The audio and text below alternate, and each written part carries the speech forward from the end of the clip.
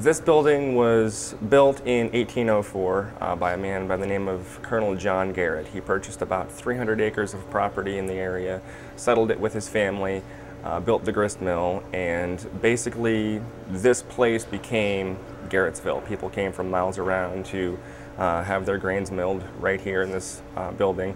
The mill itself still does function today. In the early 90s, it was opened as a restaurant and brewing company. The brew house was installed. And the current owners, Peg and Pete Kepich, opened the Main Street Brewing Company in March of '07. And by the time they got all of the licensings and permits and all of the technicalities squared away, I came on board in March of '08. We tapped our first 4 beers in May, and we're now up to 8, and we're plugging away and learning a lot and having a great time doing it. The first one is called Garrett's Gold. Doesn't really fit into any particular style category, so it can best be described as a European style lager made in the American light beer tradition.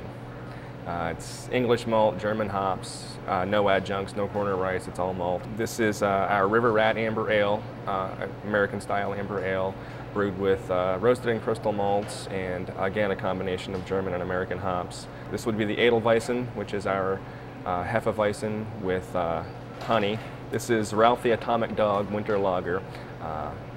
It's a Vienna style lager, very malty with some subtle roasted and coffee notes. This would be the Bob's Bodacious APA, made with fresh whole flower hops from Yakima, Washington, finished with Cascade, so it's got a very aggressive hop profile. This would be our 12 Days of Christmas, and that's DAZE.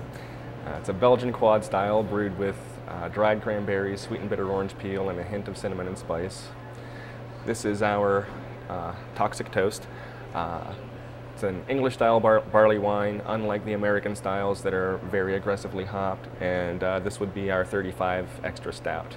Brewed with 7 different grains for a decadently delicious medley of malty goodness. Decadently.